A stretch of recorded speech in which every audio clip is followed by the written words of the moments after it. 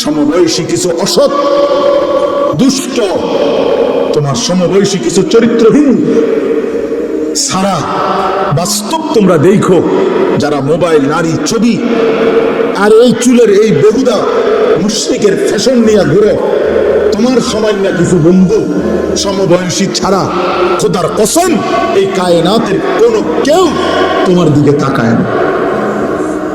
এই পৃথিবীর কোনো মানুষ, কোন ভাগ মানুষ বিবেকবান তোমার মতো লম্পটের দিকে, চরিত্রহীনের দিকে, নারী, ছবি আর জিনার ব্যভিচারের দৃশ্য রাতভর উলঙ্গ ছবি নিয়ে যে পড়েছিলাম, সকাল 8টা বাজে 9টা বাজে যেই জানোয়ার ঘুম থেকে উঠলা, তোমার দিকে ওই বাস্তব জানোয়ার যেটা কুত্তা, ওইটাও দেখেন।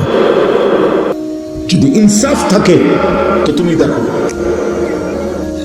তুমি চলো আমার লগে, আমার সাথে তুমি চলো কালকের মাহফিলে, দেখো তোমার সাথে আগায় আসে কয়জন, নামাজের দিকে আগায় আসে কয়জন। কেউ তোমার দিকে ফিরে থুতুও ফেলবে না, থুতু। তুমি মনে করছো তোমারই সুন্দর লাগে, তোমার কাছে সুন্দর লাগে, আর পৃথিবীর কারো কাছে না। অথবা তোমার সমান না, তোমার মতো আরেকজন অসৎ, তোমার মতো আরেক চরিত্রহীন, যার কপালে সিজদা নাই, তোমার মতো আরেক গাদ্দার, যে গাদ্দার তোমার সাথে একই রকম। এই ছাড়া আর কেউ না, এই ছাড়া আর কেউ না।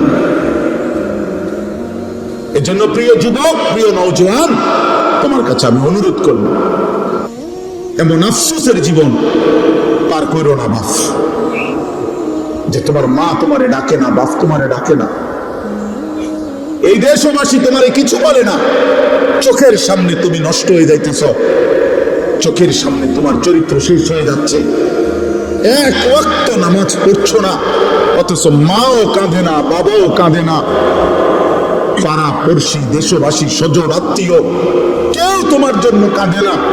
চিরে এই ছেলেটার পরিণতি কি হবে?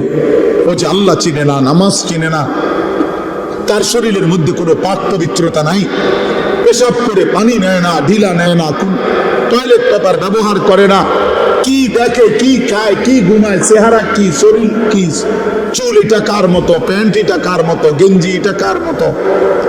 আরে আব্বা, আমার বড় ভাই আমারে একবারে একদিনে 3বার চুল কাটাইছে, শুধু 1 সুতা চুল, সামনে পিছনে 19-20 হয়েছে মনে।